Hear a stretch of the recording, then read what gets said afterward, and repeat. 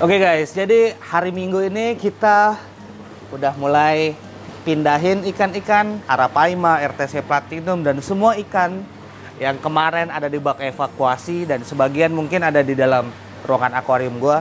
Itu udah akan mulai kita masukin ke megatank. Nah, namun sebelum kita masukin ikan ke dalam megatank yang baru, ini gua udah mulai proses aklimasi ikan-ikan yang akan gua masukkan.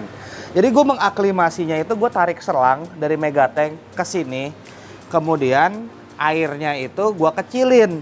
Gue kecilinnya ini gue bengkokin nih, biar kecil airnya masuk. Karena gue nggak pakai stop keran, jadi gue bengkokin kira-kira aja lah masuknya segitu. Nah ini gue lakukan mulai dari hari Kamis kemarin. Jadi ini udah berjalan kurang lebih 24 jam, jadi dia masih ada 2 kali 24 jam berikutnya. Proses ini terus berjalan. Nah, ini yang gue bilang proses aklimasi. Dan proses ini juga yang gue lakukan saat sebelum memindahkan ikan Goliath Tigerfish dari bak evakuasinya ke dalam megatank. Jadi dengan gue melakukan hal ini dengan pelan-pelan tapi pasti, ini akan memperkenalkan kondisi air di megatank ke kolam evakuasi. Sehingga nanti saat ikan-ikan ini gue pindahin dari kolam evakuasi ke megatank, dia nggak perlu lagi adaptasi parameter air lah, temperatur lah, dan lain-lain. Karena emang kondisi air 100% saat evakuasi akan sama persis. Makanya ini gue dripping pelan-pelan. Ini akan gue lakukan sampai pas sebelum ikan ini kita serok. Nah seperti itu. Ini sumber air masuknya yang gue bilang sistem dripping, dan ini jalur untuk air keluarnya. Ini gue menggunakan sistem overflow. Bagaimana cara menyeting ini dan bagaimana ini bekerja, gue udah pernah buat satu video tersendiri bagaimana sistem ini bekerja. Dan ini yang ngebuatnya juga cuma paling 5 menit kok, gampang banget. Nah material yang dibutuhkan cuma ini doang guys, 4 buah T 3/4 inci, sorry ini 1 inci, terus 1 elbow 1 inci, 2 tutup dop 1 inci, 1 stop keran 1 inci, dan 2 elbow setengah inci. Tenggelumin dulu di sini. Nah ini kan sampai udaranya nggak ada lagi nih. Pas nggak ada gelembung udara, ini dimasukin di dalam air nih. Dalam air, masukin. Dah, selesai. Masukin seperti ini. Begitu ketinggian air di dalam kolam setinggi ini, air akan mulai ngelubar. Nah seperti itu. Jadi ini gua tarik selang panjang dari megatank. Nah ini untuk air buangannya gua buang ke sini. Nah ini air netesnya nih keluarnya nih, kalau kalian lihat.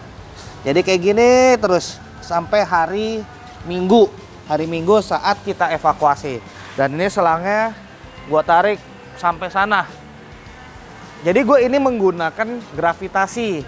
Gua ngedorong air ini nggak menggunakan pompa, gue menggunakan gravitasi, dan overflow-nya pun jalannya keluarnya dengan sistem gravitasi.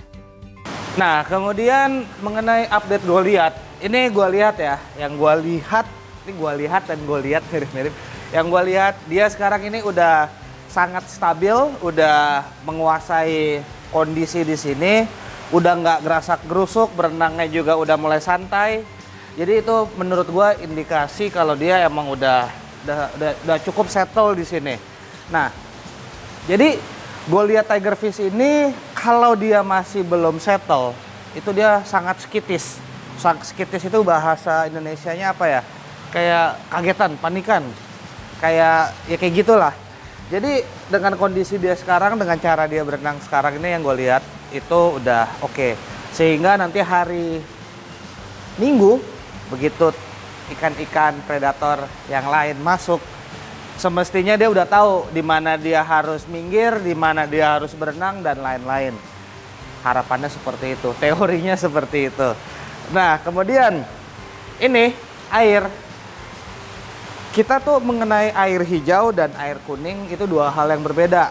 Air kuning kita kan disebabkan oleh tanin ya. Tanin yang dikeluarkan oleh kayu santigi sebanyak ini, dan air hijau ini sudah mulai keluar karena bagian atas itu terpapar langsung oleh cahaya matahari kan, secara nggak langsung, karena bagian atap gua itu kan transparan. Nah, jadi mengenai air kuning dan air hijau, sabar-sabar dulu. Karena ini filtrasi belum sepenuhnya selesai. Secara nggak langsung, secara biologi dan mekaniknya udah selesai. Secara biologi dan mekanik udah selesai. Kemarin yang gue pakein top filter itu emang khusus water polishing, membersihkan air. Tapi itu nggak bisa menghilangkan air kuning dan air hijau. Nah, kalau air hijau yang disebabkan oleh alga, itu dua biasanya obatnya. Lampu UV dan juga tanaman, filter tanaman. Nah, gua sepertinya akan menggunakan lampu UV, tapi di awal-awal doang. Begitu udah settle, biarkan filtrasi tanaman yang menghandle. Sebenarnya kalau gua mau santai-santai, gua nggak perlu lampu UV. Filter tanaman aja cukup. Tapi mungkin di tahap awal ini mungkin akan jadi lebih lama. Tapi gua juga udah greget, nggak sabar pengen air ini bening. Jadi kita untuk apa ya bahasanya, untuk starter awalnya lah, gua akan hajar dulu pakai lampu UV. Begitu free floating algae itu udah mulai berkurang, lampu UV nanti gua matiin aja. Kalaupun gua hidupin entah mungkin kita pakai timer kali ya, tapi nggak 24 jam lagi. Sisanya biarkan filtrasi tanaman yang akan kita gunakan, yaitu bag fiber yang akan gua isi dengan sebegitu banyak sirih gading yang akan menghandle masalah air hijau. Kenapa sirih gading? Karena sirih gading adalah tanaman yang pertama cukup murah dari segi harga dan hampir tidak ada perawatan, dan dia itu tumbuhnya sangat cepat. Karena untuk filtrasi tanaman kita perlu tanaman yang tumbuh cepat. Dengan dia tumbuh cepat, dia juga semakin banyak atau akan lebih banyak menyedot nitrat. Nah, nitrat itulah yang menjadi pupuk untuk free floating algae itu tumbuh di tank kita. Sedangkan untuk tanin itu sudah dihandle oleh Purity. Nah, secara nggak langsung tingkat kekuningan air ini udah cukup jauh berkurang. Akan tetapi kenapa masih gelap, masih butek, masih gini? Ya karena tanin udah mulai kesedot, penyakit baru datang, yaitu ya air hijau. Nah, jadi ini pelan-pelan. Jadi tadi filtrasi secara umum udah selesai semua, dari biologi dan mekanikalnya udah selesai. Oh ya, dan ngomong-ngomong ini gue juga belum gua kasihin bakteri starter ya. Belum gua kasihin bakteri starter. Jadi gua akan masukin bakteri starter setelah ikan-ikan arapaima dan lain-lain masuk, baru langsung gua kasih bakteri starter. Jadi seperti itu. Dan gua terima kasih banyak, kemarin banyak loh yang bilang, bang gini mengenai bakteri starter ya. Gue juga baru belajar nih kenapa bakteri starter itu mayoritas di panduannya itu dibilang masukin dulu sekian baru sekian sebelum ikan masuk. Itu sepertinya berlaku untuk tank-tank yang diisi tanaman. Karena dengan kalau pemain aquascape ya, pemain aquascape mungkin lebih paham. Jadi dengan adanya kita nyeting tanaman, kita kan pakai pupuk dasar dan lain-lain, itu udah ada sumber amonianya. Makanya dipakein dulu bakteri starter karena udah ada sumber amonianya, dan baru kemudian masukin ikan. Tapi kan kondisi gua kan bisa dibilang apa ya, fish only tank ya. Gua nggak ada tanaman, nggak ada apa-apa.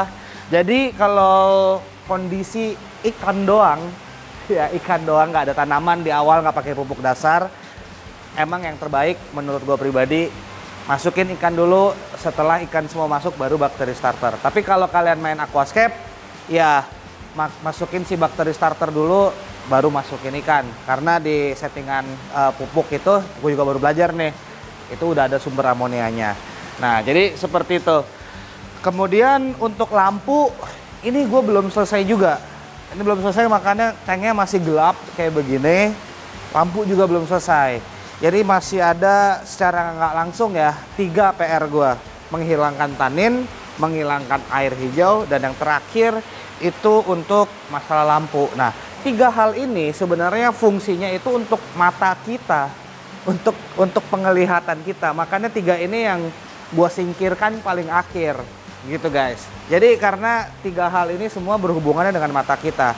Akan tetapi untuk mengenai kesehatan ikan, itu yang udah gue prioritaskan sedari awal.